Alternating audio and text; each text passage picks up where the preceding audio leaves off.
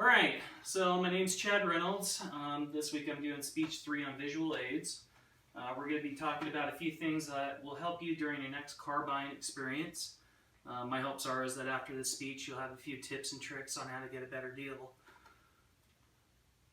Alright, so the key topics are, we're going to talk about why are you looking for a car in the first place, know what your buying power is before walking into the dealership, tips on what you can do to get a better deal, and some strategies to use at the dealing table. Alright, so why are you looking for a new or used car in the first place? Is it old? You getting tired of the paint? Is there a smell you can't find? I mean, what's compelling you to get a new car? Maybe you just need a new one. There's too many repairs going on and it's costing you too much at this point. Do you have a new promotion you want to spend that extra money on? Fine, I guess, but I suggest you hang on to it until you absolutely have to. If you're just looking for kicks, I suggest using the internet. It's going to be a lot cheaper than buying an actual car. Know what your buying power is. Your credit's really important. Of course, they're going to pull it when you're there, but I suggest you doing it yourself, so that way you know the pros and cons of what's actually on there. Sometimes you might find something that you don't know is there, and you might want to get corrected before you actually go in. Monthly payments, you should already be checking your checkbook every month. You should know how much you could afford. This is very important as well. Down payment, try to have one. About $1,000 or so is going to knock 20 bucks off your monthly payment, and if you're trying to get a loan, lenders like to see down payments. It shows that you're more serious about it.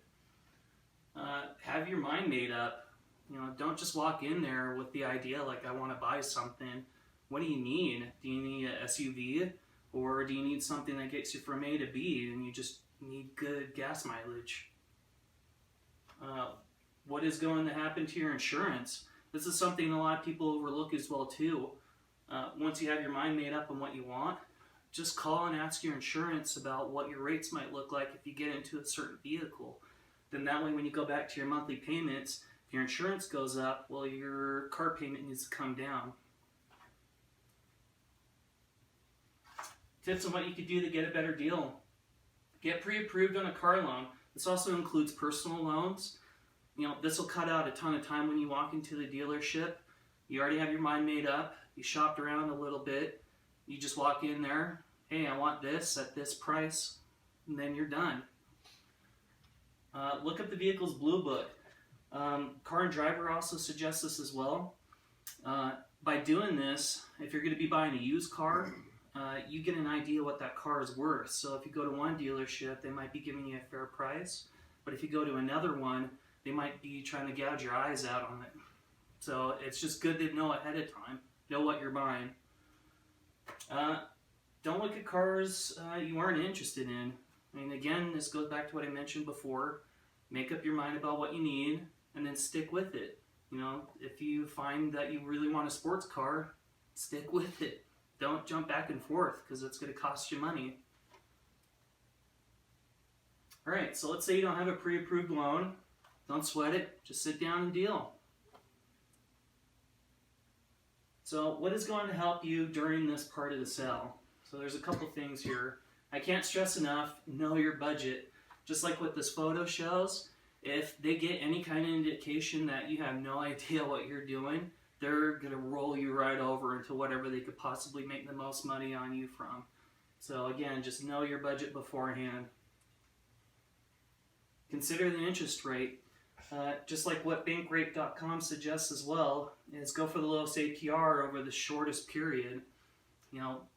What happens a lot of times is people are really concerned about keeping their payment low, but if they do, obviously, your time period is going to be stretched out, and your interest rate typically goes up a little bit there too, so you're going to end up paying more on the vehicle than you would have if you would have just stuck with the shorter period of time. Excuse me. Alright, so never take the first offer. This is always the offer the dealership's going to make the most money on you on. So whatever it is, even if it's within your price range, send it back. Tell them it's not good. make them work for it. Now, what I mean by that is they'll send it back to the sales manager. They'll, these people are giving me trouble. They want like $50 less than what we're asking. They'll come back with 25 less. If that still doesn't work for you, send them back a third time. This third time is pretty key because by then the dealership just basically wants to get you out of there on a sale, and they're right on the cusp of not making anything, so it's good for you guys. And then last, walk away. Like if they still won't work with you on anything, just get up and leave. You're not losing anything by getting out of there, and you don't want to get into something that's going to cost you more money in the end. So in conclusion, hopefully these tips and tricks, you could take it into your next car buying experience and hopefully get a better deal with it. And just like what Kurt Russell said in used cars, that's not oil, that's just sweat from all the horsepower. They're probably lying about it.